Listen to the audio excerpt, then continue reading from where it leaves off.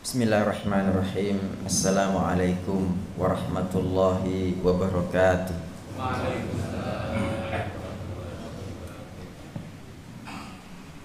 Innal hamdalillah nahmaduhu wa nasta'inuhu wa nastaghfiruhu wa nastahdihi wa natubu ilaihi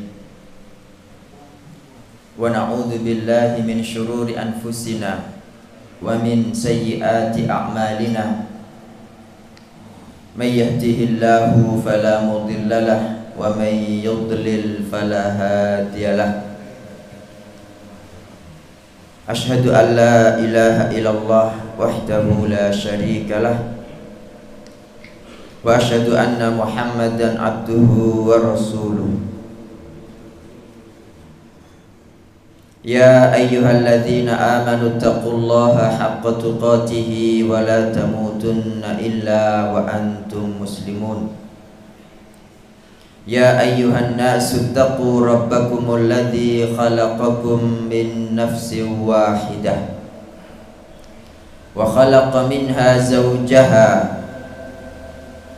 wa batha minhuma rijalan katsiran wa nisaa'a wattaqullaha alladzi tasaaluna bihi wal arham innallaha kana 'alaikum raqiba. Ya ayyuhalladzina amanu taqullaha wa qulu qawlan sadida yuslih lakum a'malakum wa yaghfir lakum dhunubakum wa may yuti'illaha wa rasulahu faqad faza fawzan 'azima. Amma ba'd, fa inna asdaqal hadithi kitabullah wa khairal hadyi hadyu Muhammadin sallallahu alaihi wa alihi wasallam wa syarrul umuri muhdatsatuha wa kullu muhdatsatin bid'ah wa kullu bid'atin dhalalah wa kullu dhalalatin finnar. Tsumma amma ba'd. Bapak-bapak, ibu-ibu dan saudara sekalian, jamaah sholat subuh Masjid nama nih Pak Suhada, Masjid Al-Hikmah, yang mudah-mudahan semuanya senantiasa mendapat keberkahan dari Allah Ta'ala. Alhamdulillah Bapak Ibu, Allah Subhanahu wa Ta'ala hingga saat ini masih memberikan kepada kita nikmat kehidupan, sehingga kita bisa senantiasa menambah amal soleh kita yang mungkin kemarin-kemarin belum sempat kita lakukan, atau kemarin-kemarin sudah kita lakukan tapi tidak diterima Allah Ta'ala, apakah karena riya, apakah karena dosa ataupun yang lainnya. Jadi yang namanya ketika seorang hamba itu mendapatkan satu hari saja untuk hidup, itu kenikmatan luar biasa yang sangat diharap-harapkan orang yang sudah mati, Bapak Ibu. Mudah-mudahan Allah Subhanahu wa Ta'ala, karena majelis seperti ini kan insya Allah majelis yang dihadiri malaikat, Bapak Ibu, dan sebagaimana panjenengan semua sudah tahu, Nabi Shallallahu Alaihi Wasallam mengatakan, kalau kalian mendengar ayam jantan berkokok, maka mintalah kepada Allah dari keutamaannya. Ngoten kan? Kenapa? Karena ayam itu melihat malaikat.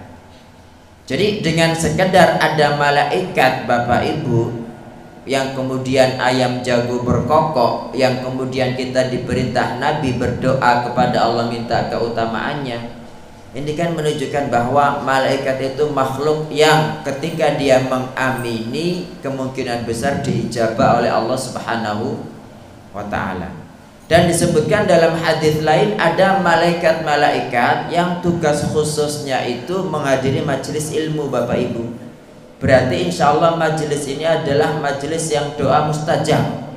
Makanya kita berdoa kepada Allah Ta'ala, mudah-mudahan sebagaimana Allah mengumpulkan kita pagi hari ini di tempat ini, Bapak Ibu, kelak Allah akan mengumpulkan kita bersama-sama dalam surga Firdaus yang paling tinggi tanpa azab maupun hisab. Amin. Pagi hari ini Bapak Ibu, ya mudah-mudahan saya mohon maaf ini ya, karena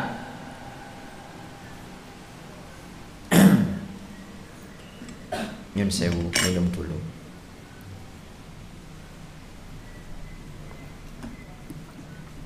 Memang materi kita pagi hari ini adalah prahara padang mahsyar. Tapi ini mangke mantun jam pinten Pak Soda?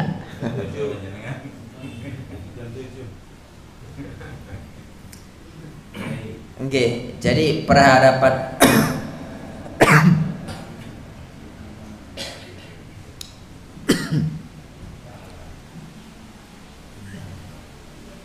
ini gara di video ini, gara-gara di video akhirnya watuk-watuk ini grogi.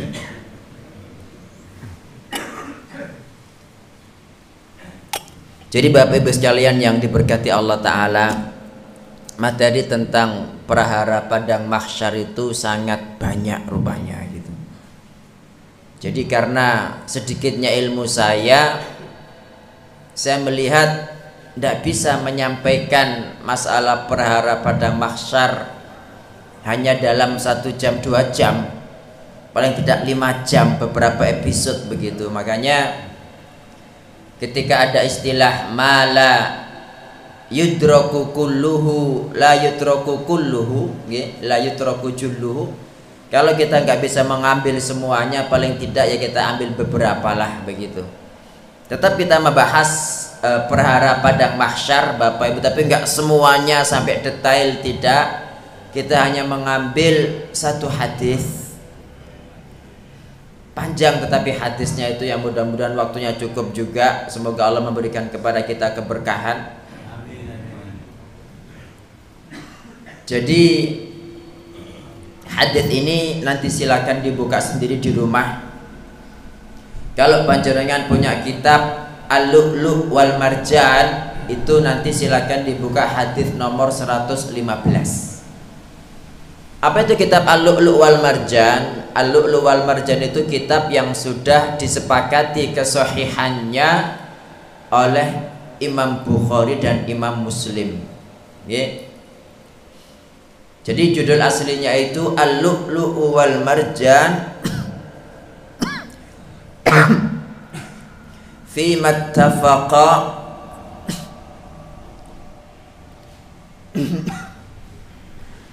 fi mattafaqa alaihi syaikhan. Jadi Al-Lu'lu' wal Marjan fima dalam hadis-hadis yang disepakati oleh asy-syaikhan, yaitu Bukhari dan Muslim. Di sana ada sekitar 1900 hadis Bapak Ibu. Nah, ini nanti panjenengan silakan dibuka hadis nomor 115 bab ma'rifatu thariqir ru'yah. Mengetahui cara memandang. Mengetahui cara memandang. Kira-kira memandang nopo niki Bapak Ibu? Memandang calon menantu nopo? Nggih, biar tidak memperlama waktu, langsung saya bacakan Bapak Ibu. Ini hadis nomor berapa tadi? 115 dari sahabat Abu Sa'id Al-Khudri. Dia berkata, Qulna ya Rasulullah, kami bertanya wahai Rasulullah, hal nara Rabbana yaumal qiyamah, apakah kita akan memandang Rabb kami pada hari kiamat? Berarti yang dimaksud dengan memandang ini memandang wajah Allah Subhanahu wa ta'ala.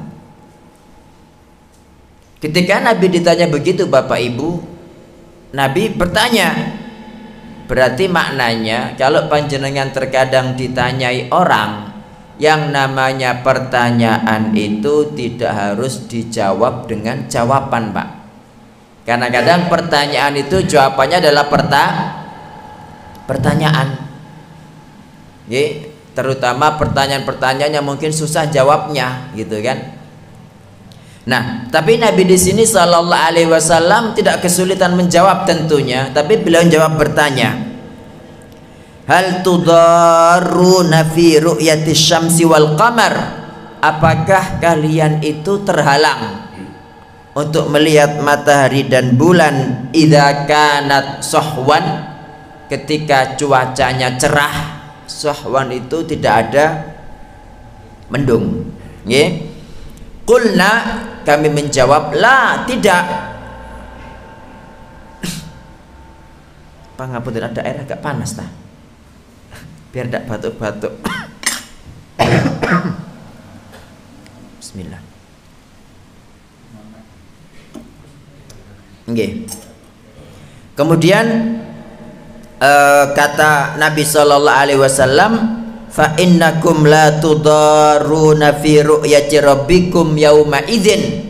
Jadi pada hari itu kalian tidak terhalangi memandang Rabb kalian illa kama tudaruna fi ru'yatihima, kecuali kalian seperti terhalangi dalam memandang matahari dan bulan. Jadi maksudnya Bapak Ibu, ini menjadi akidah Ahlussunnah wal Jamaah bahwa kenikmatan tertinggi penduduk surga nanti adalah memandang wajah Allah Subhanahu wa ta'ala. Jadi penduduk surga panjenengan semua nanti insya Allah itu ada pasar, namanya pasar surga tiap hari Jumat. Itu semua penduduk surga dengan berbagai tingkatannya kumpul di sana Bapak Ibu. Mereka memandang wajah Allah Ta'ala. Sementara kenikmatan paling besar penduduk surga adalah yang memandang wajah Allah Subhanahu wa Ta'ala setiap hari 2 kali. Nah, inilah yang disebutkan Allah Ta'ala dalam surat Al-Qiyamah, wujuhun yauma idzin nadhirah, pakai dot. Wajah-wajah penduduk surga pada hari itu nadhirah, berseri-seri, riang gembira. Kenapa? Ila rabbiha nadhirah, karena memandang kepada Rabbnya. Nah, tentunya di sini yang dijelaskan Nabi Shallallahu Alaihi Wasallam kepada kita baru saja Bapak Ibu, kita nanti memandang Allah Ta'ala itu di surga itu tanpa ada halangan dengan mata kepala langsung. Sebagaimana saat kondisi cerah kita bisa memandang bulan dan matahari tanpa ada halangan. Jadi inilah maksud tadi pada babnya ma'rifatu thariqir ru'yah, mengetahui cara memandang. Bukan berarti Allah Subhanahu wa Ta'ala seperti matahari atau bulan, tidak. Allah jangan disamakan dengan makhluk. Walam yakul lahu kufuwan ahad. Allah tidak serupa dengan siapapun. Laisa kamitslihi syai'. Allah tidak serupa dengan siapapun. Wa huwas samiul basir. Tetapi Allah Maha mendengar, Maha melihat. Ini kaidahnya Bapak Ibu. Jadi Allah tidak serupa dengan siapapun, tetapi Allah Maha mendengar, Maha melihat. Berarti kan punya pendengaran, punya penglihatan. Tetapi pendengaran dan penglihatan Allah Ta'ala ini jangan disamakan dengan apapun. Nggih, begitu. Kemudian Nabi Shallallahu Alaihi Wasallam melanjutkan, yunadi munadin, seorang penyeru akan menyeru, liyadhhab kullu qaumin ila ma kanu ya'budun, hendaknya setiap kaum itu pergi menuju apa yang dahulu mereka sembah. Ini bagaimana ceritanya ini Bapak Ibu? Semoga Allah Subhanahu wa Ta'ala melimpahkan kepada kita semua rahmatnya, memberikan kepada kita semua ampunannya Bapak Ibu. Jadi setelah tiupan pertama, tiupan pertama itu ditiup malaikat sinten namanya? Ismail atau Israil? Dalam Israil, Bani Israil, Israfil. Jadi ketika tiupan pertama itu kan hancur semua Bapak Ibu, semua hancur kecuali yang diizinkan Allah untuk tidak hancur. Jadi ada makhluk-makhluk yang tidak mati, yang tidak hancur pada hari kiamat itu seperti surga. Surga dan neraka ini diciptakan untuk abadi Pak, arsy. bidadari, nggak pernah mati. Ya. Jadi hancur semuanya, tetapi yang dikehendaki Allah untuk hancur. Setelah itu tiupan kedua. Nah, setelah tiupan kedua ini semua makhluk berkumpul di padang mahsyar. Disinilah yang pada satu hadis itu dijelaskan kondisi manusia itu sangat kesulitan, sangat kesusahan.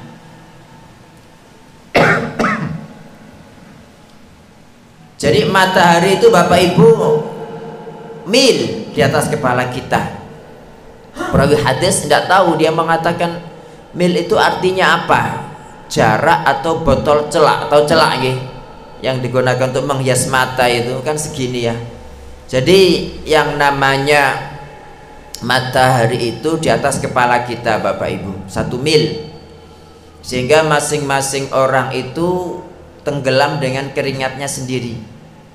Ada yang sampai pusar, ada yang sampai bahu, ada yang tenggelam sama sekali. Nah, dalam kondisi itulah orang-orang itu minta syafaat Bapak Ibu. Saking kesulitan, tidak jelas ini kemana gitu kan. Mereka datang ke Nabi Adam minta syafaat. Nabi Adam tidak bisa memberikan. Nabi Adam bilang pergilah kepada Nabi Nuh. Ini secara umum Pak. Nabi Nuh nggak bisa memberikan syafaat juga. Pergilah kepada Nabi Ibrahim. Nabi Ibrahim nggak bisa memberikan syafaat juga. Pergilah kepada Nabi siapa? Musa. Nabi Musa juga nggak bisa memberikan syafaat. Kemudian pergilah kepada Nabi Isa. Nabi Isa juga nggak bisa memberikan syafaat. Baru kemudian pergilah kepada Nabi Muhammad sallallahu alaihi wasallam, dan beliaulah yang bisa memberikan syafaat itu. Inilah yang dikenal dengan asy-syafa'atul uzma, yang dikenal dengan asy-syafa'atul uzma. Ngene iki lho gak nakalan ta. Sing ngomong gak dikeki panas, sing gak lapo-lapo dikeki panas iku. Terus pun dengan tadi Pak Suwada.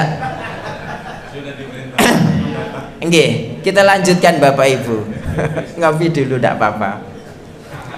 Sampai mana tadi? Jadi inilah yang disebut dengan asy-syafa'atul uzma, dan inilah syafaat yang khusus bagi Nabi Muhammad sallallahu alaihi wasallam tanpa nabi-nabi yang lain. Makanya panjenengan itu kalau pingin syafaat ini Bapak Ibu kata Nabi Muhammad sallallahu alaihi wasallam, sempatkan menjawab azan. Ucapkan seperti yang diucapkan muadzin. Loh ngeten Masya Allah. Panas Pak nggih? Nggih. Nggih, jazakallah khairan. Ngapunten agak panas ada. Ini kirang panas. Panas karena gelasnya agak. Oh gitu nggih. Nggih matur nuwun. Enggak ngapunten soal batuk-batuk ini kalau enggak diminum panas. Nyun sewu nggih. Bismillah. Alhamdulillah. Masya Allah nggih leres. Jadi Bapak Ibu sempatkan panjenengan menjawab azan. Kadang-kadang orang itu kan ketika ada adzan lanjut ngobrol sempatkan menjawab adzan. Jadi kata Nabi sallallahu alaihi wasallam, "Idza sami'tumul muadzin," kalau kalian mendengar muadzin, maka ucapkan seperti yang dia ucapkan. Jawabnya bukan dirapel, Pak. Allahu akbar, Allahu akbar, langsung Allahu akbar, Allahu akbar. Allahu akbar, Allahu akbar, langsung Allahu akbar, Allahu akbar, langsung runtut satu gitu. Kecuali pada la hayya 'alas sholati sama hayya 'alal falah, maka jawabnya la haula wala quwwata illa billah titik. Jangan ditambah-tambahi Pak, hadisnya seperti itu. Karena masalah ibadah dia nggak boleh nambah-nambahi. Nah itu banyak biasa orang itu la haula wala quwwata illa billahil aliyyil azim gitu kan. Seakan-akan cek tambah mantap, tapi hadisnya ndak la haula wala quwwata illa billah. Kemudian setelah itu selesai apa? La ilaha illallah, baca sholawat Pak. Seperti sholawat yang jenengan baca ketika tahiyat itu.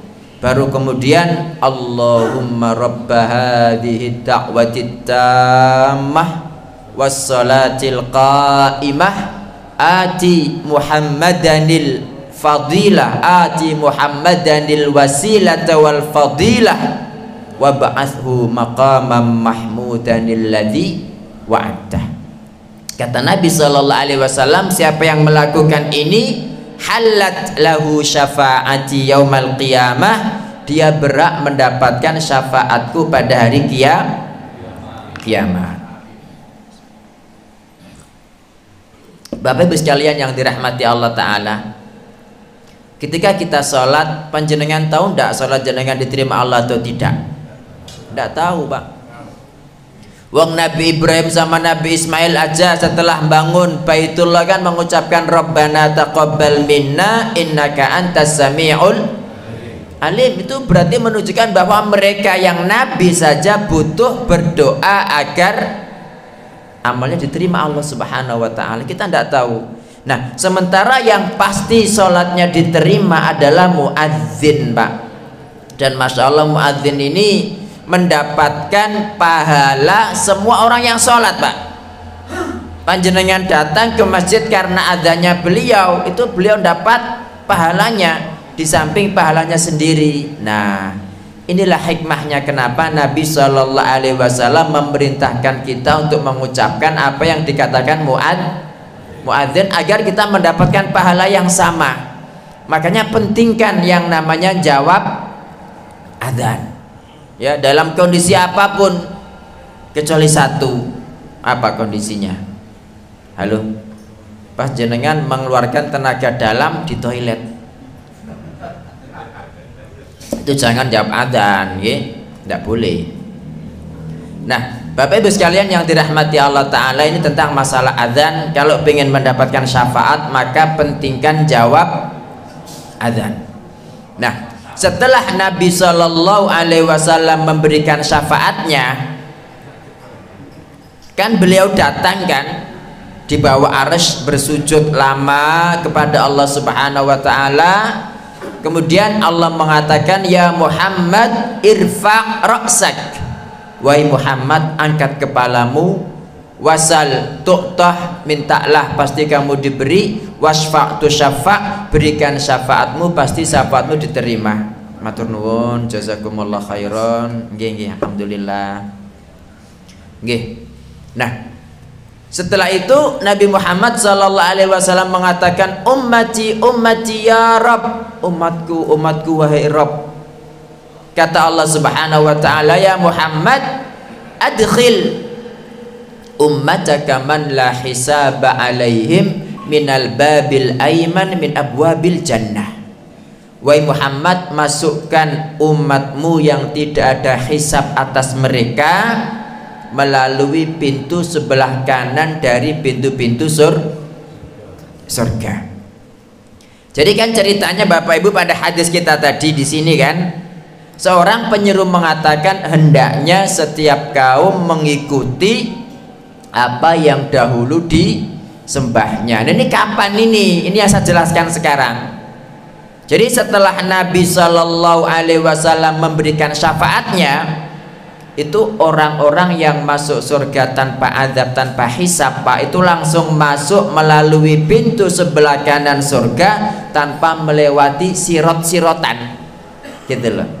Jadi penduduk surga itu kalau panjenengan membaca surat Al-Waqi'ah, ada dua kan? Siapa mereka? Halo? Halo? Sinten? Yang bisa jawab boleh pulang atau dapat voucher Pak Suwada? Dua. Jadi ada wasabiquna sabiqun ulaikal muqarrabun, dari al muqarrabun. Yang kedua wa ashabul maimanati ma ashabul main. Wa ashabul ngapunten wa ashabul yamini ma ashabul yamin. Jadi ada golongan kanan, ada al-muqarrabun. Al-muqarrabun ini Pak, itu yang masuk surga tanpa azab, tanpa hisab. Yang jumlah mereka itu hanya 70.000 orang. Kemudian Nabi SAW minta kepada Allah agar ditambah, sehingga 70.000 itu dikalikan 70.000 lagi. Itu masuk surga tanpa azab, tanpa hisab.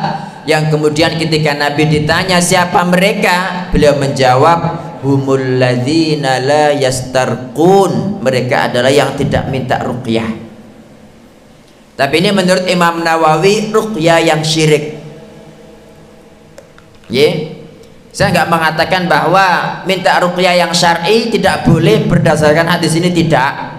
Kenapa? Karena ada hadis lain dalam Sahihul Bukhari, Nabi Muhammad SAW memerintahkan Aisyah minta ruqyah ketika terkena ain. Hadisnya sahih Pak. Jadi kalau dikatakan lo jangan minta ruqyah ini, enggak. Jadi ini mereka adalah yang tidak minta ruqyah. Kemudian wala yaktabun, tidak berobat dengan besi panas. Wala yatatayyarun, tidak bertatoyur. Apa itu tatoyur? Tatoyur itu merasa sial dengan burung Pak. Merasa sial dengan burung dulu ketika zaman jahiliyah. Jadi ceritanya orang jahiliyah itu ketika mau melakukan bisnis, mau usaha kemana begitu, mereka itu menerbangkan burung. Kalau ke kanan, wah lanjut, ya berarti nanti sukses. Kalau ke kiri, wah nggak jadi, ini sial. Kalau terbangnya ke sana, diulangi lagi sampai jelas ke kanan atau ke kiri. Nah sekarang ini lebih Pak, lebih umum, bisa dengan tanggal, bisa dengan hari. Jadi merasa sial dengan bulan, dengan hari, maka termasuk yang namanya Rebo Wekasan itu bukan dari Islam, itu ndak ada. Itu kan hari sial kan? Ya apa ndak? Halo? Betul. Nah itu nggak boleh, jangan ikut-ikutan Pak, karena nggak ada sial kecuali yang berdasarkan dalam Quran maupun hadis gitu. Dan Nabi SAW nggak suka perkara-perkara yang dianggap sial. Nah ini cuma sayangnya masih banyak orang-orang masyarakat kita yang karena belum ngaji Pak, sehingga masih berpedoman kepada weton. Nah itu masuk di sini. Ketika mau nikah golek tanggal, ya kan? Ayo, siapa yang masih begitu? Ngono kok saya ngaji? Enggak, maksudnya ngono kok saya dilakoni gitu loh. Insya Allah kalau ngaji sudah nggak akan ngelakoni itu lagi Bapak Ibu. Sampai kalau di perumahan-perumahan kadang-kadang itu nomor 13 itu enggak ada. Jenengan naik hotel begitu ya, lantai 13 itu enggak ada Pak, karena dianggap angka sial. Nah tatoyur ini bagian daripada syirik ya. Siapapun yang bertatoyur ya jangan dikira akan masuk dalam golongan ini Pak. Jadi golongan yang masuk surga tanpa azab, tanpa hisab ini murni harus syiriknya harus tauhidnya kuat, dosanya ndak ada.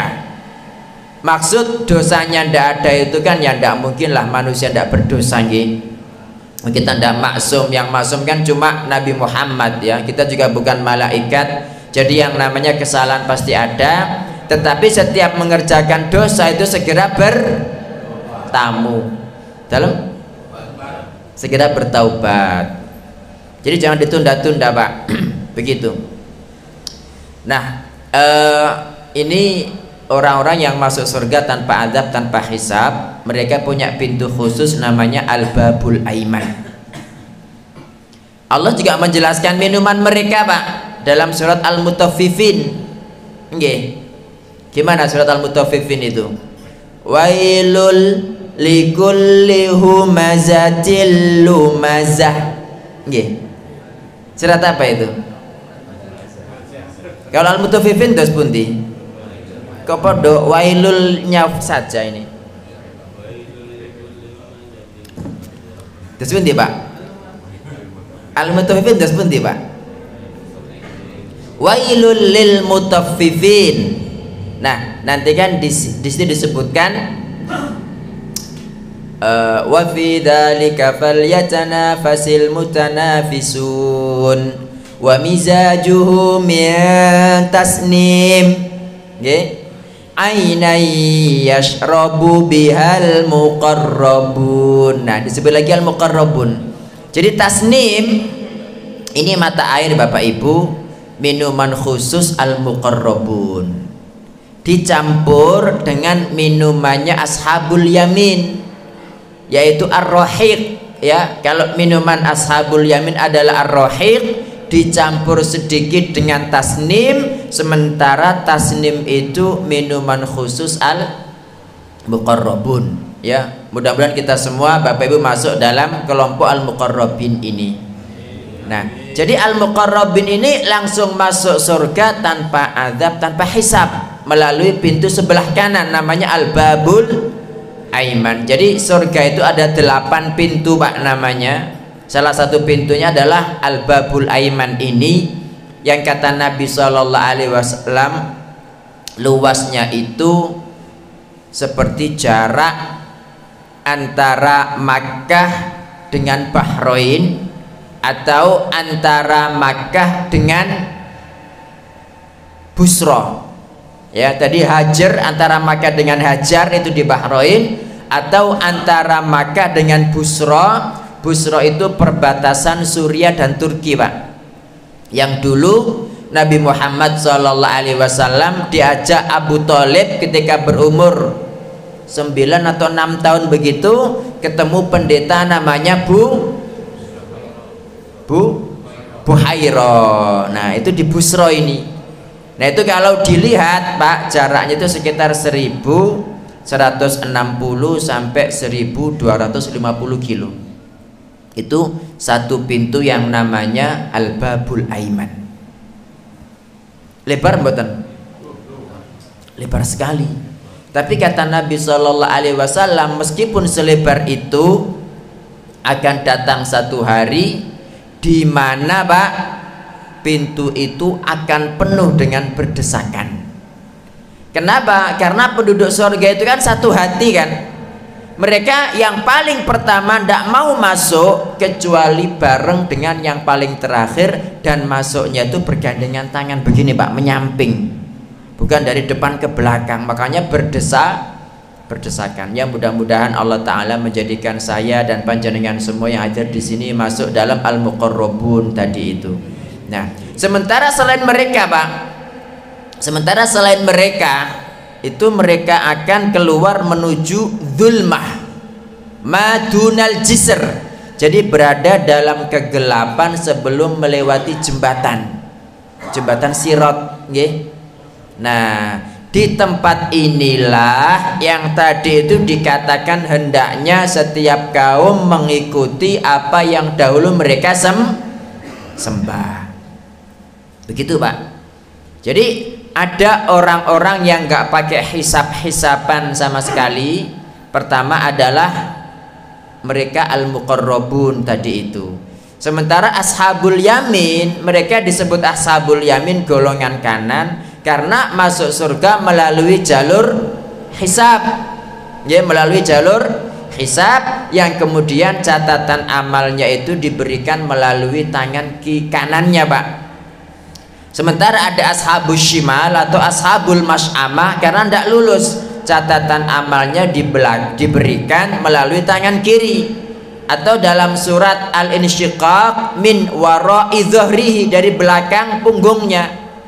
Loh kok bisa dari belakang punggung? Karena tangan kirinya dibelenggu begini Pak ke belakang ya, sehingga catatan itu diberikan dari belakang dan itu di tangan kiri karena dibelenggu. Jelas ya Bapak Ibu ya?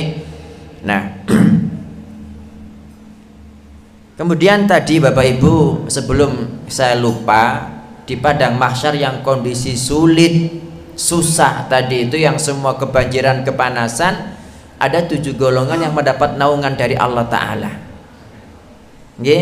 Disebutkan dalam hadis itu, ada yang tahu kan? Sudah tahu semua imamun adil wasyabun nasya'a fi ibadatillah, pemimpin yang adil, pemuda yang tumbuh dalam ibadah kepada Allah. Kemudian siapa? Wa rajulun qalbuhu mu'allaqun bil masajid, orang yang hatinya itu terpaut kepada masjid, kangen terus nang masjid. Nggih. Yang keempat siapa?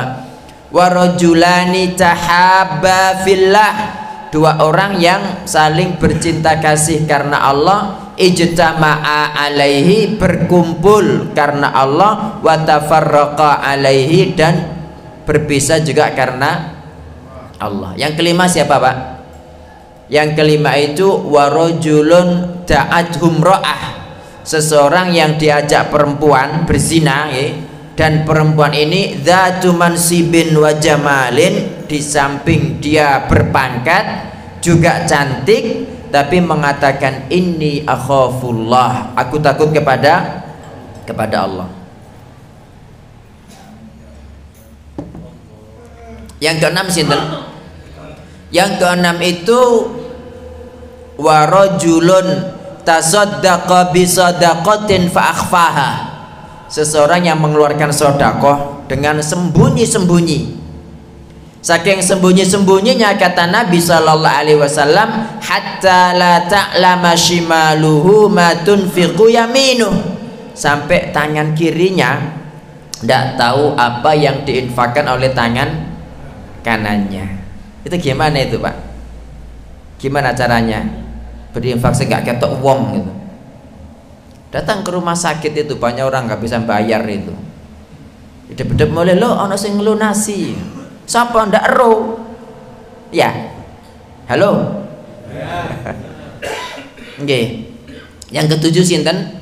Yang ketujuh warajulun ta'allaha khalian fafadat aina, seseorang yang dia berdoa sendirian, dalam riwayat lain berzikir sendirian, kemudian meneteskan air air mata. Ini 7 kelompok, Pak, 7 golongan. Ya mudah-mudahan panjenengan bisa masuk ke semua golongan ini ya, 7-7-nya. Tapi sing sepuh-sepuh ndak bisa, wong tadi ada satu sabun ya pemuda. Nggih. Gitu Bapak Ibu nggih. Jadi mudah-mudahan Allah Subhanahu wa taala menjadikan nanti ketika di padang mahsyar kita itu berada dalam naungan Allah Ta'ala, ketika sudah mendapat syafaat langsung masuk surga melalui pintu sebelah kanan. Nah, adapun yang selain mereka yang kita bahas sekarang ini, Pak, mereka berada dalam kegelapan. Mereka berada dalam kegelapan. Kira-kira gimana agar bisa ada lampunya begitu, Pak? Halo? Kan gelap sama sekali kan. Makanya doa orang-orang beriman dalam surat At-Tahrim itu apa? Rabbana atmim lana nurana waghfir lana innaka ala kulli syai'in qadir. Tolong diulang, Pak. Pak, tolong diulang. Lupa ya. Jadi waktu itu nanti, Pak, kita sangat butuh kepada yang namanya cahaya ya. Dan cahaya itu bisa kita dapatkan dengan memperbanyak doa ini, Rabbana atmim lana nurana waghfir lana innaka ala kulli syai'in qadir. Kita minta cahaya kepada Allah Ta'ala. Juga dengan membaca Al-Kahfi, Pak, setiap Jumat atau malam Jumat. Karena hatinya jelas, barang siapa yang membaca Al-Kahfi malam Jumat atau hari Jumat, maka dia tersinari oleh cahaya antara tempat duduk dia sampai Makkah, atau dia mendapatkan cahaya ma bainal jumu'ataini, yang ada di antara 2 Jumat. Atau ketika jenengan ke masjid, Pak, keluar rumah, apa doa menuju masjid? Allahumma ja'al fi qalbi nura wa fi lisani nura wa fi sam'i nura wa fi basari nura. Niki napa Pak Swada? Jam sarapan nggih. Ya Allah, niki lho tesih 2 baris, hadisnya banyak 5 lembar ya.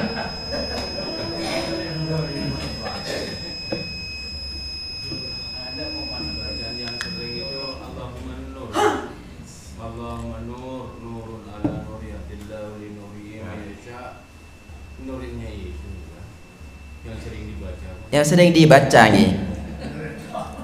Nggih, pangapunten sebelumnya. Doa itu harus dari Nabi, Pak. Nggih. Nah, itu jenengan dapat doa dari mana? Dalam kalamullah itu. Allahumma nur, nurun ala nur. Matahari. Nggih. Ya nanti aja dibahas, ada diskusinya insyaallah. Jadi doanya tadi ada dalam surat At-Tahrim ayat 8. Yang awalnya ya ayyuhalladzina amanu tubu ilallahi taubatan nasuha asa rabbukum ayyukaffiru ankum sayyi'atikum wa yudkhilakum jannatin tajri min tahtihal anhar yauma la yukhzillahu an-nabiyya walladzina amanu ma'ah nuruhum yas'a baina aydihim wa biaimanihim. Jadi cahaya mereka itu memancar baina aydihim di sebelah kanan mereka wa biaimanihim dan di kanan mereka. Itu dalam tafsirannya kata Nabi sallallahu alaihi wasallam ada satu orang itu Pak yang cahayanya sebesar gunung. Ada satu orang itu yang cahayanya sebesar pohon kurma, sehingga berjalannya itu melewati sirat. Makanya kan nanti kan berpengaruh ketika melewati sirat, kan ada yang celing sudah sampai sana, ada yang seperti kilat, ada yang seperti berlari. Nggih, bayangkan panjenengan pas di tol hujan deras, ndak ada lampu, mobil mogok. Nggih, sendirian pisan. Nah, gelap mboten? Nggih, itu mumpung di dunia masih mending Pak. Nanti kalau di sana ya Allah gitu. Dan kata Nabi sallallahu alaihi wasallam itu ada orang Pak yang cahayanya itu cuma sebesar jempol kakinya. Kadang mati, kadang hidup. Ketika menyala jalan, ketika mati dolok dia. Kalau nggak gitu jatuh ke jahanam kan? Na'udzubillah. Makanya para nabi doanya Allahumma sallim sallim, sementara orang-orang beriman tirukan saya Rabbana atmim lana nurana waghfir lana innaka ala kulli syai'in qadir.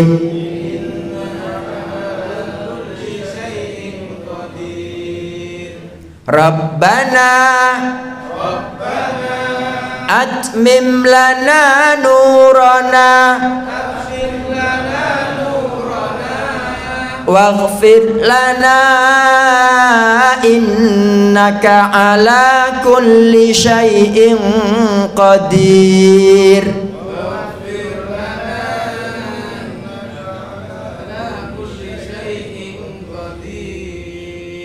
Lagi bareng-bareng semuanya kok dong, ini berdoanya kok sungkan-sungkan ngene sih. Paling menenek dino kiamat gak mau cahaya be. Diulang Pak, ayo 1, 2, 3 semuanya.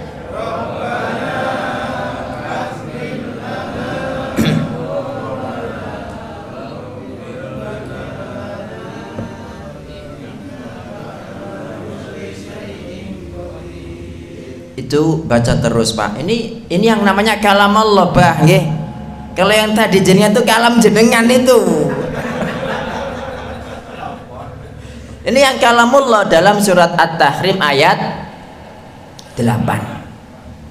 Ya, jadi memperbanyak Rabbana atmim lana nurana, ya Allah sempurnakan untuk kami cahaya kami, waghfir lana dan ampuni kami ya Allah, innaka ala kulli syai'in qadir, sungguh jenengan maha kuasa atas segala sesuatu. Gitu Pak. Kemudian dengan memperbanyak baca Al-Kahfi, kemudian ketika kita berangkat ke masjid, baca doa berangkat ke masjid itu Allahumma ja'al fi qalbi nura wa fi lisani nura.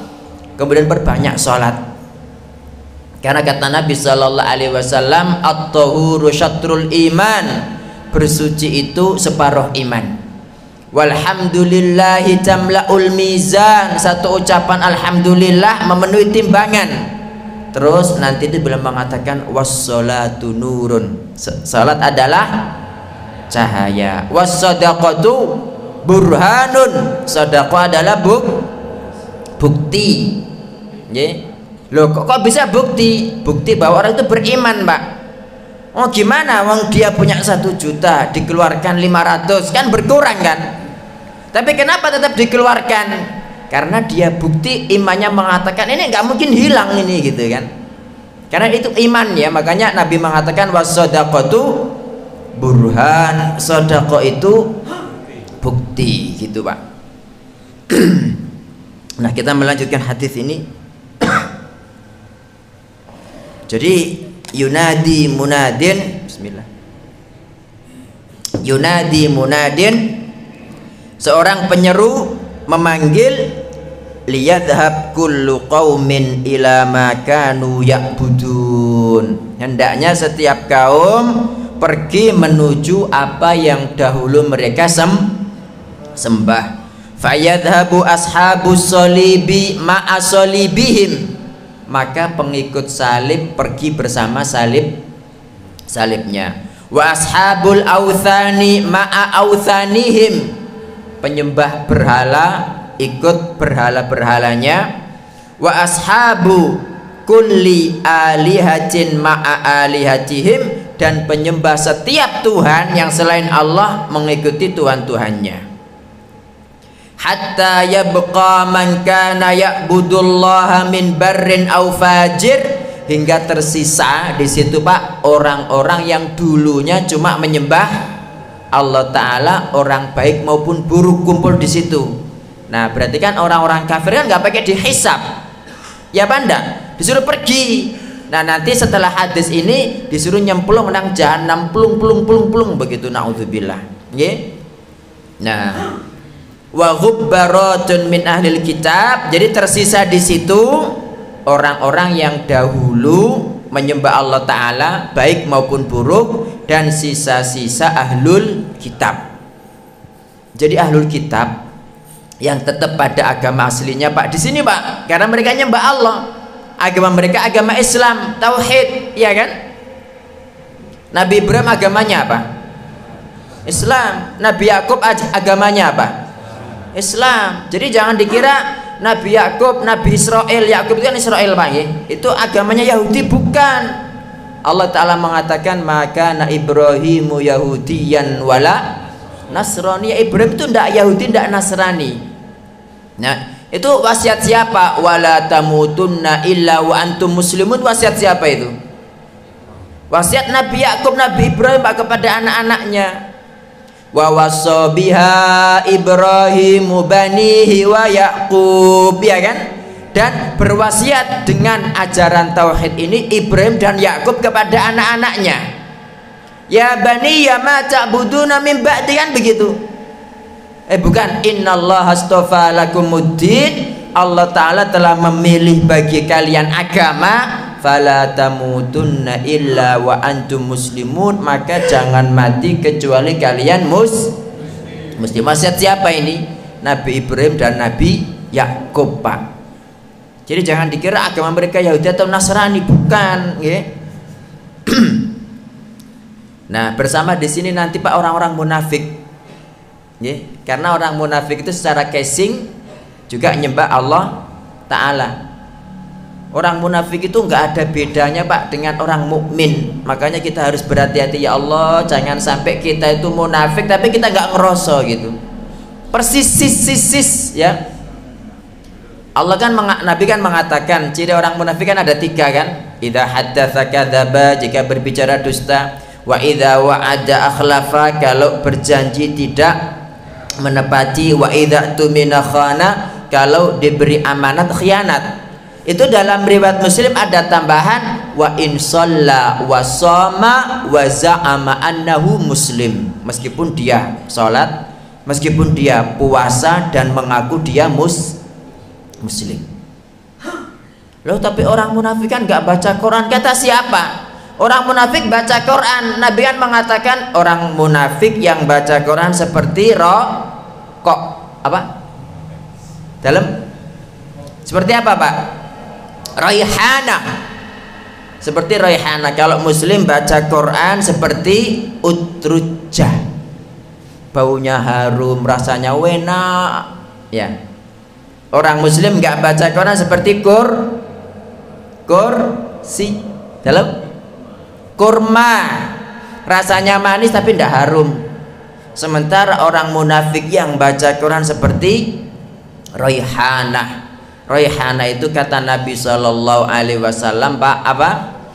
Baunya harum tapi rasanya pahit pol, itu raihana. Coba biar sedep malam ngoten pun pernah dicicipi sedep malam. Sedep malam. Dicobi nggih. Atau lavender lah. Kita melanjutkan hadis ini Bapak Ibu. Tsumma yu'ta bi jahannam tu'radu ka'annaha sarab. Kemudian didatangkan jahanam seakan-akan fata morgana. Dalam hadis lain itu Nabi Shallallahu Alaihi Wasallam mengatakan yu'ta yauma idzin bi jahannam. Pada hari itu didatangkan jahanam. Laha sab'umi'ati alf zimam. Jadi yang namanya jahanam itu, Pak, memiliki 700.000 kekang kalau nggak salah ya. Memiliki 700.000 kekang zimam.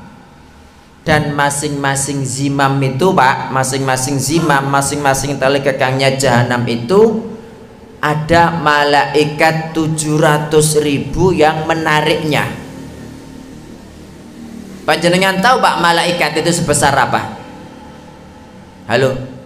Jibril saja itu, Pak, itu sayapnya itu kan 600 sayap nggih. Satu sayapnya itu menutupi ufuk angkasa. Kemudian panjenengan kan tahu nggih 8 malaikat yang menjunjung arsy. Tahu? Yang disebutkan dalam surat Al-Haqqah, wa yahmilu arsya rabbika fawqahum yauma idzin tsamaniyah, dan menjunjung arsy Rabbmu pada hari itu 8 malaikat. Ini biar kita tahu gambaran malaikat dan biar kita tahu gambaran jahannam. Kata Nabi Shallallahu Alaihi Wasallam dalam riwayat Abu Dawud, udzinali an uhadditsa malakan an malaikatir rahman hamalatil arsh.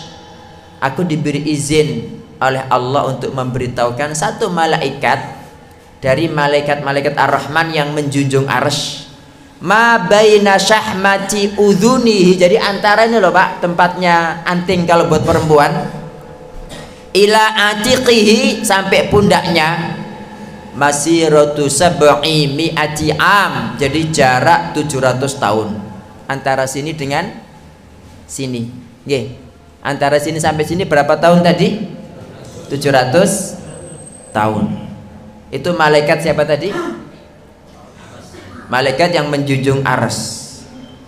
Itu segitu, Pak. Cuma malaikat yang menarik jahanam tadi, wallahu a'lam apakah sama seperti itu, tapi yang jelas malaikat itu besar-besar apa kecil-kecil? Besar-besar. Jadi sebesar itu jahanam, Pak, ya Allah. Dan ketika sudah penuh neraka jahanam itu, ya Allah, Pak, itu masih minta tambah sama Allah Ta'ala gitu. Jangan sampai kita ini, ya Allah, mampirkan neraka meskipun sehari, Pak, naudzubillah. Satu hari itu 1000 tahun loh. Nah, panjenengan sudah berapa lama hidup di dunia ini? Sampai 500 tahun kah? Satu hari 1000 tahun. Fayuqalu lil yahud, maka dikatakan kepada orang-orang Yahudi, ma kuntum ta'budun, kalian dulu nyembah apa? Qalu, mereka menjawab, kunna na'budu Uzairon ibn Allah, ya, Uzair ibn Allah, kami dulu nyembah Uzair putra Allah. Kata Allah Ta'ala, kadzabtum, kalian dusta. Lam yakun lillahi sahibatun wala walad, Allah tidak mempunyai istri, tidak mempunyai anak. Fama turidun, kalian pengen apa? Qalu nuridu antasqiyana, kami ingin minum. Naudzubillah, Pak. Panas Pak waktu itu ya Allah. Matahari kan di atas. Nggih. Fayuqalu maka dikatakan isyrabu iki lho minuman. Fayatasaqatuna fi jahannam maka mereka pun berguguran dalam jahannam. Dihisab mboten? Dihisab mboten? Ndak pakai dihisab. Tsumma yuqalu lin nasara kemudian dikatakan kepada orang-orang Nasrani, "Ma kuntum ta'budun?" Kalian dulu nyembah siapa? Mereka menjawab, "Kunna na'budul Masih ibn Allah." Kami dulu menyembah Al-Masih putra Allah. Dikatakan, "Kadzabtum, kalian dusta. Lam yakun lillahi sahibatun wala walad." Allah tidak punya istri, tidak punya anak. Fama turidun, kalian pengen apa? Sama jawabannya Pak. Nuridu antasqiyana, kami pingin jenengan Allah memberi minum kami. Kata Allah, isyrabu, minumlah. Fayatasaqatuna fi jahannam maka mereka pun berguguran dalam jahannam. Hatta yabqa man kana ya'budullaha min barrin aw fajir, hingga hanya tersisa di situ orang-orang yang dulu hanya menyembah Allah Ta'ala baik maupun buruk, juga sisa-sisa ahlul kitab yang berada dalam ajaran agama aslinya Pak. Termasuk di sini orang munafik. Nah, cuma kalau orang munafik itu kan mereka nggak bisa melewati jembatan Sirat kecuali dengan cahayanya orang beriman. Makanya dalam surat Al-Hadid itu karena orang beriman cepat, itu mereka bilang, "Unzuruna naqtabis min nurikum." Tunggu kami biar kami kecipratan cahayamu biar bisa lewat juga gitu. Yang kemudian sama Allah dikasih dinding kan, batinuhu fihi rahmah, bagian dalamnya ada rahmat, wa dhahiruhu min qibalihil azab, sementara bagian luarnya itu ada azab bagi orang-orang munafik gitu. Naudzubillah. Jadi ini tempat yang gelap ini Pak sebelum mereka melewati jembatan Sirat. Nah, bagi orang yang punya cahaya, yang cahayanya lengkap, nanti ada hadisnya, mudah-mudahan sampai kita baca, banyak hadisnya ini panjang.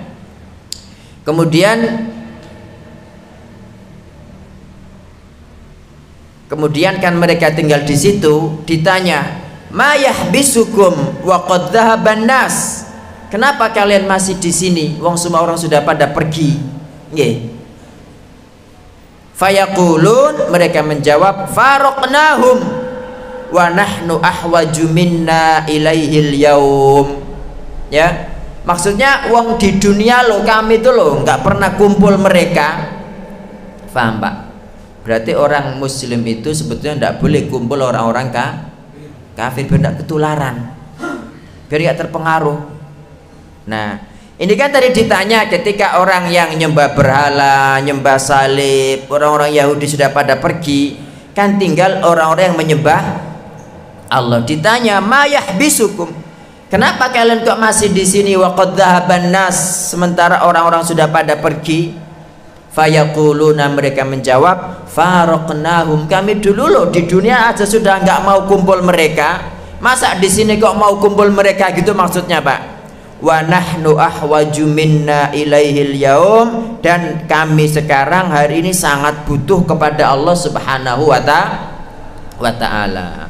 Wa inna sami'na munadiyan yunadi, dan kami tadi itu mendengar seorang penyeru memanggil, liyal haq kullu qaumin bima kanu ya'budun, hendaknya setiap kaum mengikuti apa yang dahulu mereka sembah. Wa innama nantadhiru rabbana, kami di sini ini menunggu Rob kami.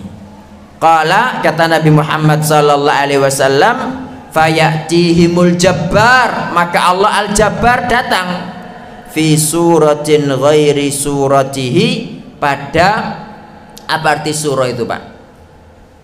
Surah itu kan gambar, bentuk wajah. Fi ayyi suratin masya'a. Surat Al-Fitr itu apa? Fi ayyi suratin masya'a rakkabak. Ya.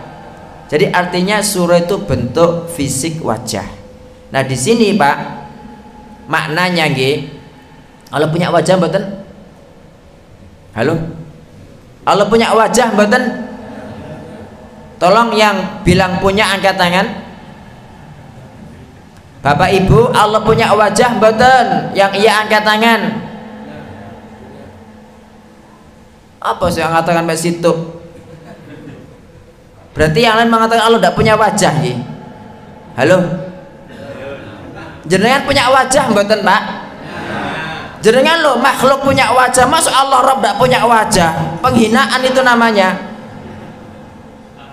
Allah lo jelas berfirman, wa yabqa wajhu rabbika dzul jalali wal ikram. Allah punya wajah Pak, cuma wajahnya ya apa? Kembali kepada kaidah walam yakul lahu kufuwan ahad. Allah tidak serupa dengan siapapun.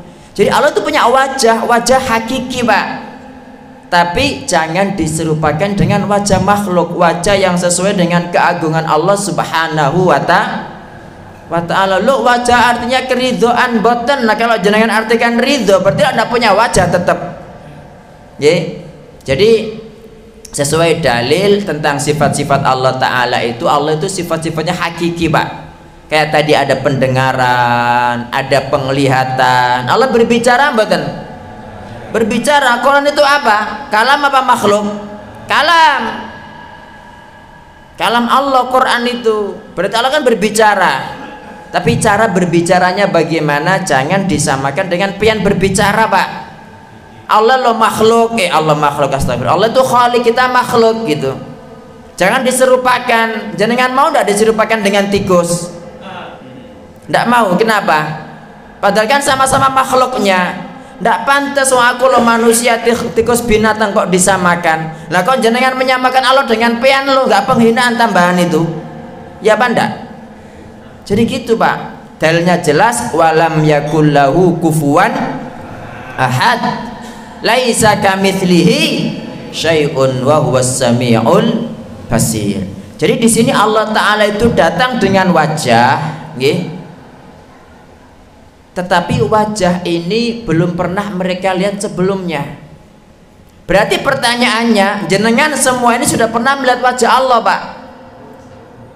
Sudah pernah, cuma dibuat lupa. Coba jenengan baca Al-A'raf 172 itu. Wa id akhadha. Coba jenengan baca dulu baca Quran sih. Yang Allah mengatakan alastu birabbikum qalu bala syahidna, ya apa enggak? Itu Allah sudah mempersaksikan kita, itu di alam roh kita melihat. Cuma kemudian kita dibuat lupa. Jauh-jauh dulu pas di alam roh Pak, saya tanya jenengan 7 pekan yang lalu jam sekarang jenengan ngapain? Halo, ingat Pak jenengan 7 pekan yang lalu, 1 bulan yang lalu wis lupa mboten? Maksudnya beberapa hari lalu aja lupa, apalagi sih di alam roh dulu. Jadi kita itu Pak dulu kalau sampai sampean dulu sudah pernah memandang wajah Allah Ta'ala. Makanya dalam hadis ini ketika Allah menampakkan dengan wajah yang belum pernah kita lihat, kan kita dibuat ingat lagi kan sama Allah Ta'ala. Bagi Allah Ta'ala mustahil enggak seperti itu? Halo? Enggak mustahil. Nah karena wajahnya menurut kita belum pernah kita lihat, kita enggak mau, bukan Tuhan kami gitu kan. Saya ulangi ya hadisnya. Fayatihimul jabbar, maka datang kepada mereka Allah al-jabbar fi suratin ghairi suratihi, dalam bentuk yang bukan bentuknya dulu, dalam wajah yang bukan wajahnya yang dulu pernah kita lihat. Kapan kita pernah melihat Allah Ta'ala? Ketika di alam roh, ketika Allah mempersaksikan. Silakan dibuka Al-A'raf 172. Itu kita sudah pernah melihat Allah Pak, yang Allah mengatakan alastu birabbikum, bukankah aku Tuhan kalian? Kita bilang bala, engge, syahidna, kita bersaksi. Tahu enggak ayatnya, pernah dengar mboten? Nah, jadi ketika Allah datang dalam bentuk yang belum pernah mereka lihat, ya, Allah mengatakan ana rabbukum, saya Tuhan kalian. Mereka jawab, ya, bukan, engkau bukan Tuhan kami gitu. Baru setelah kemudian Allah datang dengan wajah yang pernah mereka lihat dulu, baru Allah mengatakan saya Rob kalian. Mereka mengatakan anta Rabbuna, engkau Rob kami. Fala yukallimuhu illal anbiya, tetapi tidak ada yang berani berbicara kepada Allah kecuali para nabi. Allah bertanya, hal bainakum wa bainahu ayah, apakah antara Tuhan kalian dengan kalian ada ayat, tanda, ta'rifunahu yang kalian kenali? Fayaquluna, mereka menjawab as-saq. Saq itu apa artinya? As-saq. Halo? As-saq, as-saq itu betis Pak. As-saq itu betis. Fayakshifu an saqihi, maka Allah menyingkap betisnya. Nah ini masalah gaib, kita tidak tahu seperti apa, tapi kita wajib beriman. Ya sama Pak, Allah punya telinga, ya Allah punya pendengaran, Allah punya penglihatan, ya Allah punya tangan, boten?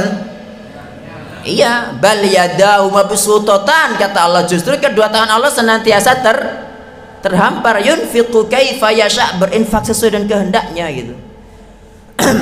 Silakan dilihat surat Al-Qalam ayat 42. Itu ini Pak, berkaitan dengan ini.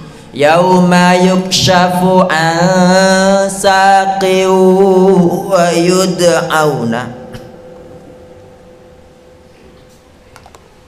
wa yud'auna ila sujudi wa hum apa? Sudah ketemu Pak?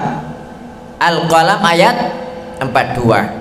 Yauma yukshafu an saqi wa yud'auna ila sujudi fala yastati'un.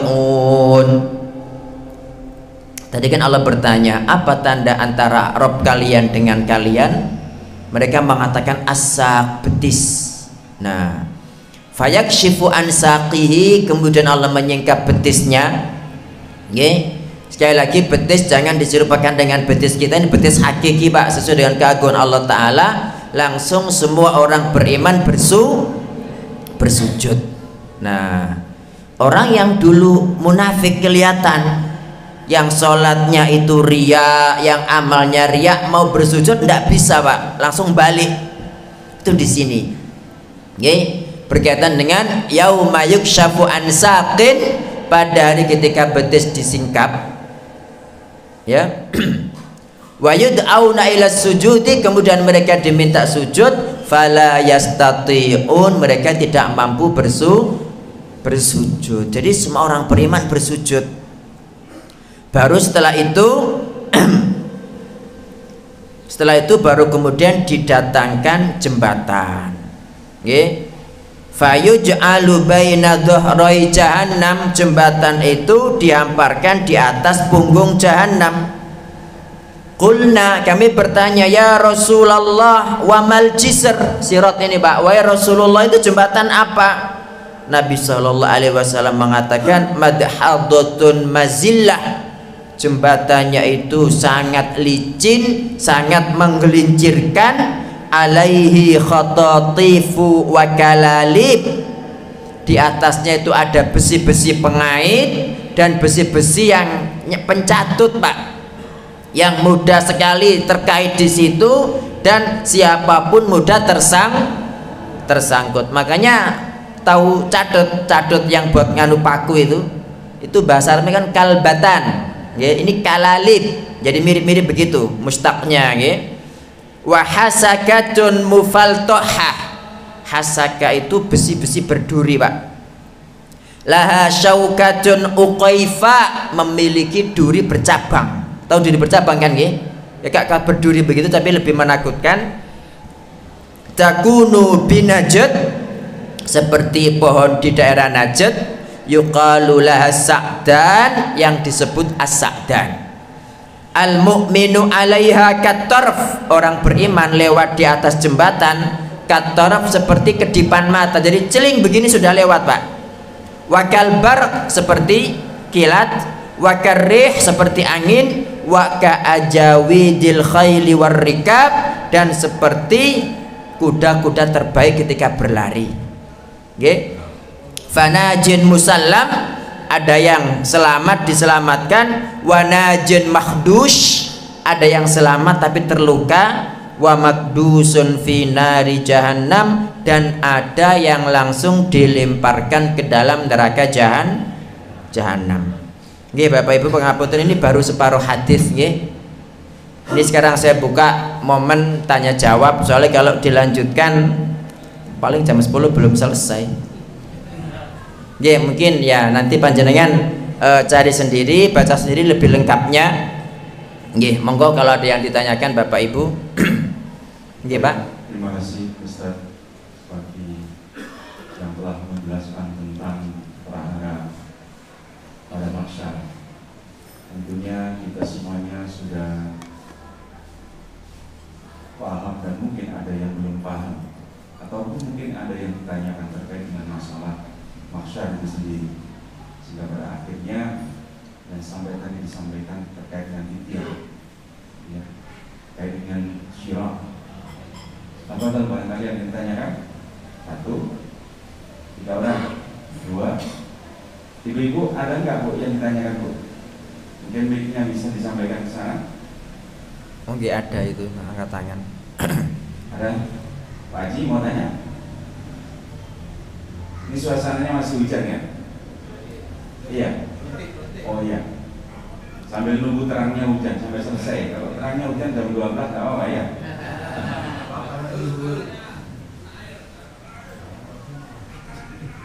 Oh iya. Baik. 1, 2, 1 lagi. Oh iya, 3. Silakan Ustaz.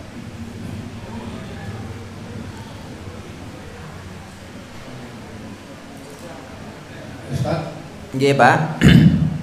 saya bertanya, tadi disebutkan bahwa dalam hadis kita tidak boleh berteman dengan orang kafir. Tapi kemarin di YouTube ada seorang ketua organisasi besar mengatakan bahwa kami katanya tidak hanya bermitra dengan orang kafir, tetapi bahkan bersahabat. Bagaimana? Terima kasih. Dijawab dulu napa Pak Suhada atau nggih. Nggih, Bapak Ibu yang dirahmati Allah Ta'ala, sebelumnya terima kasih Pak atas yang jenengan tanyakan barusan nggih. Jadi makna kita itu tidak boleh berteman dengan orang kafir adalah berteman yang itu sangat akrab sehingga mempengaruhi agama kita. Karena kita dalam berislam itu punya akidah wala dan barok nggih. Kalau sekedar bermuamalah biasa beli jual tidak menjadi masalah. Dan Nabi SAW ketika wafat pun itu baju besi beliau kan digadekan kepada orang Yahudi. Jadi selama sekedar muamalah yang tidak mempengaruhi akidah kita itu tidak menjadi masalah. Dan para ulama juga memberikan syarat-syarat kepada seorang muslim kapan dia itu boleh bekerja dan menjadi bawahan orang kafir, tapi ada syarat-syaratnya Pak. Nggih. Begitu. Nah, jadi maksud di sini ini kita berusaha, kalau memang nggak mampu, mungkin karena ilmunya ndak ada, nggih, mendakwai juga ndak bisa, itu lebih bagusnya jangan terlalu akrab dengan orang-orang kafir. Jauh-jauh kita Pak, Mu'adz bin Jabal saja beberapa hari di Romawi, pulang itu kepada Nabi SAW bilang begini, wahai Nabi, saya melihat orang-orang Nasrani itu mereka tuh biasa bersujud kepada para batoriqoh. Batoriq itu jamak kata batrik, itu panglima perang, juga kepada para rajanya. Dan menurut saya yang paling patut disujud itu panjenengan gitu kan. Itu Mu'adz bin Jabal loh. Maka Nabi SAW mengatakan, lau kuntu amiron ahadan an yasjuda li ahadin la amartul mar'ata an tasjuda li zawjiha. Kalau aku memerintahkan seseorang sujud kepada orang lain, pasti tak perintahkan istri itu sujud kepada suami. Cuma karena aku gak memerintahkan makhluk sujud pada makhluk, maka tidak boleh, kan begitu. Nah, ini yang kita ambil pelajaran di sini. Muadz bin Jabal saja yang seorang sahabat kelas tinggi ilmunya terpengaruh enggak? Apalagi kita Pak. Nah, yang dimaksudkan pada hadis tadi ini, kami dulu itu berusaha menghindari mereka gitu loh. Sekarang kan banyak kaum muslimin, panjenengan mendapatkan nggak pemuda-pemuda yang meniru boh itu rambutnya, cara makannya, pakaiannya, ngomongnya dengan orang kafir, menemukan itu. Nah, itu kan tidak boleh. Makanya Nabi mengatakan man tasyabbaha biqaumin fahuwa minhum, barang siapa menyerupai suatu kaum maka dia dari golongan mereka, begitu. Jadi yang kita ikuti itu qala Allah qala Rasul. Kalau bisa kita nggak berhubungan dengan mereka jauh lebih bagus. Tapi kalau mungkin dalam kita kok punya tetangga, punya rekan, nanti berarti ujian bagi jenengan bagaimana menyampaikan dakwah Islam kepada dia. Kalau tidak bisa, ya paling tidak dia jangan mempengaruhi kita dan kita jangan terpengaruh. Kok pas diundang apa melu pisan gitu kan. Kadang-kadang mereka itu ada upacara-upacara Pak gitu kan, yang mungkin itu sangat tidak boleh, sangat sangat menyalahi ajaran agama kita gitu. Nah, meskipun sama-sama tetangga, carilah cara yang terbaik agar kita nggak datang. Itu lakum dinukum waliyadin gitu. Oke, insya Allah begitu. Wallahu ta'ala a'lam. Jadi kalau sekedar bermuamalah saya kira tidak menjadi masalah. Tetapi kalau sampai akrab, sampai mempengaruhi agama kita, itu yang tidak boleh. Dan yang dimaksudkan dalam hadis kita tadi adalah yang kedua, yang kita yang nggak mempengaruhi agama kita. Wallahu a'lam. Assalamualaikum warahmatullahi wabarakatuh. Waalaikumsalam warahmatullahi. Bagaimana Pak Ustadz? Tadi itu malam Jumat kita biasa baca Yasin. Sedangkan Pak Ustadz tadi kalau sebaiknya baca surat Al-Kahf. Bagaimana Ustadz? Oke, pangapunten, setahu saya perintah baca Yasin malam Jumat itu hadisnya tidak sahih Pak. Oke.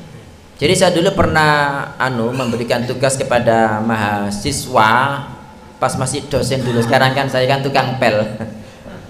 Itu ada sekitar 6 atau 8 hadis tentang keutamaan Yasin ya. Banyak Masya Allah gitu kan. Termasuk hadis Al-Quran itu punya jantung. Jantungnya Al-Quran adalah Yasin. Itu palsu rupanya Pak. Jadi ada 8 atau 6 hadis itu semuanya palsu Pak. Yang paling ringan kedhaifannya itu pun para ulama masih berselisih apakah dhaif, apakah hasan. Itu hadis yang iqra'u ala mautakum Yasin, bacakan atas orang-orang mati kalian surat Yasin. Dan andaikan dikatakan hadisnya sahih, itu makna orang-orang mati kalian itu bukannya sudah keluar rohnya, tapi yang kondisinya sakaratul maut, yang susah mati. Makanya kalau panjenengan baca tafsir Ibnu Katsir, dan Ibnu Katsir ini ulama Syafi'iyah loh. Pada muqaddimah surat Yasin itu beliau mengatakan, Imam Ahmad mengatakan dulu guru-guru kami membacakan surat Yasin kepada orang yang sakaratul maut untuk mempermudah keluarnya roh. Berarti kasarannya dibacakan Yasin cek nang mati lah ngoten sih. Nah, jadi itu Pak. Berarti pangapunten, sementara yang kita diperintah baca Al-Kahfi malam Jumat atau hari Jumat itu hadisnya sahih. Jelas. Adapun yang Yasin tadi tidak sahih. Monggo kalau baca Yasin tapi jangan dikhususkan malam Jumat. Nggih, bu malam Sabtu, bu malam Senin, malam Ahad, bukan hari khusus. Insyaallah begitu Pak. Wallahu taala a'lam. Baik, makasih Ustaz. Nggih, sami-sami. Mohon untuk pertanyaan selanjutnya lebih mungkin dalam artian sampaikan terkait dengan prahara pada mahsyar. Di mana kalau nggak salah ceritakan tadi disampaikan beliau bahwa matahari bisa terbit di atas kepala kita. Ada orang yang menunggu hisab itu sampai 50.000 tahun. Ada yang berjalan dengan kepalanya, ada yang berjalan dengan perutnya. Hal-hal kayak gitu mohon ditanyakan. Ya, karena ini terkait dengan pada mahsyar.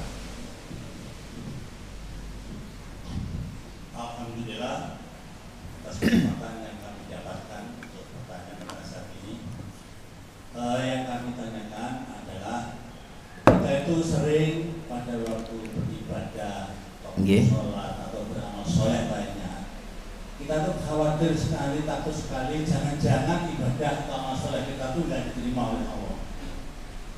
Nah, apakah hal ini tidak berarti bahwa kita itu punya pikiran suudzon sama Allah? Padahal itu kan nggak boleh. Kita harus husnudzon sama Allah. Mohon dijelaskan. Nggih. Terima kasih Bapak atas pertanyaannya, nggih. Jadi ada dalam surat Al-Mu'minun itu, surat Al-Mu'minun ayat 60. Di situ Allah Ta'ala berfirman, walladzina yu'tuna ma atau wa qulubuhum wajilatun annahum ila rabbihim raji'un. Walladzina yu'tuna ma atau, dan orang-orang yang senantiasa mempersembahkan apa yang mereka persembahkan dari amal soleh. Wa qulubuhum wajilatun, sementara hati mereka itu sangat takut, annahum ila rabbihim raji'un, bahwa mereka kembali kepada Rabbnya nanti itu nggak diterima gitu loh. Nah, Aisyah radhiyallahu anha bertanya kepada Nabi tentang ayat ini, apakah mereka itu orang-orang yang minum khamr, apakah mereka itu orang yang mencuri, apakah mereka orang yang berzina kemudian takut akan dosa-dosanya? Kata Nabi SAW, enggak wahai As-Siddiqah binti As-Siddiq, bukan, tetapi mereka adalah orang yang berpuasa, yang sholat, yang sedekah, kemudian takut amal mereka tidak diterima oleh Allah Subhanahu wa ta'ala. Nah, ayat ini memerintahkan kita Bapak Ibu agar kita itu senantiasa takut kepada Allah Subhanahu wa ta'ala. Jangan-jangan Allah itu tidak menerima amal kita. Dan itulah memang sepatutnya yang dilakukan orang beriman.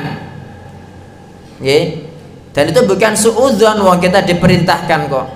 Karena kalau orang itu Pak merasa baik, sudah merasa banyak amalnya, panjenengan tahu orang yang muflis mboten? Pailit. Kenapa kok dia jadi pailit? Karena dia merasa sudah banyak amal. Gitu loh. Karena dia merasa sudah banyak amal. Ketika merasa sudah banyak amal, akhirnya gampangan dengan dosa-dosa kecil, bahkan dosa-dosa besar. Dia mengatakan, masuk sih wong saya biasa infak ke masjid, saya sudah bangun masjid, itu loh pelacur aja gara-gara memberi minum anjing diampuni kok. Nah, jadi kalau kita merasa sudah banyak amal, bahaya. Iya, ini diterima. Kalau enggak, wong Nabi Ibrahim saja ketika beramal mengucapkan setelah bangun Ka'bah ya, mengucapkan Rabbana taqabbal minna innaka antas sami'ul alim wa tub alaina innaka antat tawwabur rahim, begitu Pak. Jadi ini bukan suudzon. Kenapa? Karena Allah memerintahkan. Itu yang pertama. Yang kedua, dalam beribadah kepada Allah Ta'ala ini kita harus menggabungkan 3 perkara Pak. Di samping takut juga roja, ada khauf, ada roja, ada mahabbah. Jadi kita menggabungkan rasa takut akan azab Allah Ta'ala, tapi di sisi lain kita juga berharap mendapatkan surganya, mendapatkan rahmatnya, dan cinta kepada Allah, terutama juga cinta akan ibadah-ibadah ini gitu. Nggih, insyaallah begitu. Wallahu taala a'lam. Nggih. Saya mohon barangkali ada ibu-ibu. Satu. Saat mohon kesempatan untuk ibu-ibu ada. Oh nggih, nggih monggo 5 ndak apa-apa pas sudah. 10 enggak masalah. Nggih.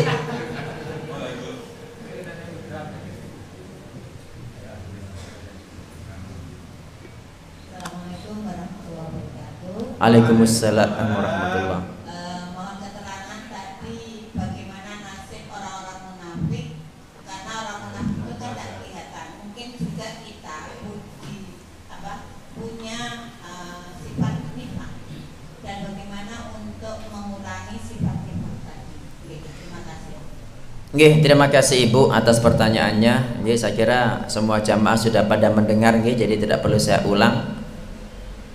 Ya, sifat orang munafik itu nggih, bukan sifat orang munafik, kesudahan orang munafik itu pasti neraka.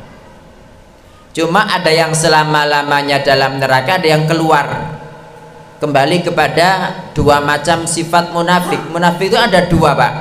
Bu, ya ada dua, ada munafik yang nifak akbar itu dalam masalah akidah, yang dia menampakkan keislaman padahal dia kafir, seperti nifaknya Abdullah bin Ubay bin Salul. Yang kedua nifak amali. Nifak amali ini atau nifak asghar ini yang dia itu pada amal nifaknya, seperti pada hadis jika berbicara dusta gitu.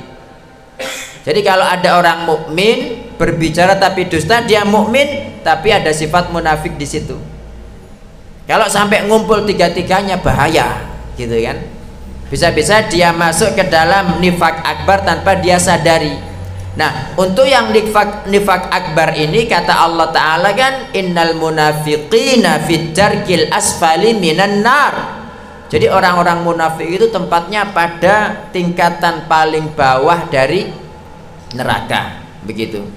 Nah, bagaimana agar kita bisa terhindar dari sifat munafik ini? Caranya ya lagi-lagi Bapak Ibu dengan ilmu, okay? Itulah pentingnya ilmu. Makanya sampai Nabi Muhammad SAW mewajibkan setiap muslim belajar. Thalabul ilmi fardhotun ala kulli muslim. Menuntut ilmu itu kewajiban setiap muslim. Kalau Nabi Muhammad SAW saja yang seorang nabi diperintahkan mengucapkan Rabbi zidni ilma, ya kan? Padahal beliau seorang nabi, maka bagaimana dengan kita yang bukan nabi, malah harus banyak-banyak mencari ilmu. Dengan ilmu ini kita tahu apa saja sih sifatnya orang-orang munafik itu. Ketika kita tahu kan kita berusaha menghindari, Bapak Ibu. Nah, kalau kita tidak tahu ya nggak mungkin menghindari. Makanya ketika kita baca Al-Fatihah, ihdinas siratal mustaqim, kita kan minta dua macam hidayah, hidayah ilmu sama hidayah amal. Kita minta kepada Allah ditunjukkan ilmu yang benar, kemudian mengamalkan ilmu yang benar itu. Makanya pada akhir surat Al-Fatihah kan, ghairil maghdubi alaihim, bukan jalan orang-orang yang dimurkai. Itu mereka punya ilmu yang benar tapi mereka ingkari, Pak. Sementara ad-dallin itu mereka adalah yang beramal tidak berdasarkan ilmu yang benar, begitu. Makanya caranya adalah agar kita bisa menghindari sifat orang munafik ini dengan belajar. Ketika kita tahu oh berdusta itu sifat orang munafik, kan kita menghindari. Ketika kita mudah bersumpah, mudah berjanji tapi nggak pernah menepati, loh ini sifat orang munafik, kita menghindari. Ketika kita diberi amanah mestinya dijaga, loh kok nggak amanah, oh munafik ini, kita hindari, kan gitu. Pelit dalam berinfak, makanya kan dalam surat Al-Munafiqun kan dikatakan di situ, la tunfiqu ala man inda rasulillahi hatta yanfaddu, ya kan? Jangan berinfak kepada orang-orang yang di sekitar Rasul biar mereka buyar. Jadi sifat orang munafik itu pelit tapi mereka bersedekah, Pak. Cuma ketika sedekah itu mereka itu, ini loh karena sedekahku jalan ini yang namanya kajian, ini loh karena aku yang bangun ada masjid, itu orang munafik, Pak. Kalau orang beriman tetap berinfak tapi ya Allah jangan-jangan nggak diterima sama Allah, kok nasi kurang wakai ini, gitu orang beriman. Insyaallah begitu ibu-ibu, insyaallah jelas nggih. Wallahu taala a'lam. Cukup ya Bu. Mumpung terang ya, kuatir nanti harus tanya lagi jelas. Enggak makan-makan ya. Nggih, terima kasih. Jazakumullah khairan katsiran atas tausiah yang banyak. Nggih. Mudah-mudahan bermanfaat. Dan saya yakin masih banyak pertanyaan-pertanyaan yang akan disampaikan. Mungkin itu terkait dengan masalah syafaat pada saat di mahsyar maupun di tempat yang lain, gitu ya. Oleh karena itu, sebelum kita akhiri Bapak Ibu, sebelum kita akhiri dengan doa, sekali lagi, sebelum kita akhiri dengan doa, ada beberapa hal yang perlu diperhatikan. Setelah ini jangan meninggalkan tempat, sholat 2 rakaat dulu, kemudian kita sarapan pagi, kemudian setelah itu tukar fajar khusus ibu-ibu terlebih dahulu, baru bapaknya. Tafadhol Ustaz, dipimpin doanya. Nggih, terima kasih Bapak Ibu atas perhatiannya nggih dan kesabarannya untuk duduk menunggu. Mudah-mudahan Allah Ta'ala memberikan pahala yang berlipat-lipat kepada panjenengan semua atas setiap detik waktu yang diluangkan. Mari kita berdoa. Allahumma salli ala Muhammad wa ala ali Muhammad kama sallaita ala Ibrahim wa ala ali Ibrahim innaka Hamidum Majid. Allahumma barik ala Muhammad wa ala ali Muhammad kama barakta ala Ibrahim wa ala ali Ibrahim innaka Hamidum Majid. Allahumma ja'al ijtima'ana hadha ijtima'an marhuma waj'al tafarruqana min ba'dihi tafarruqan ma'suma wa la taj'al ahadan fina wala ma'ana wala taj'al fina wala ma'ana syaqiyan wala mahruma.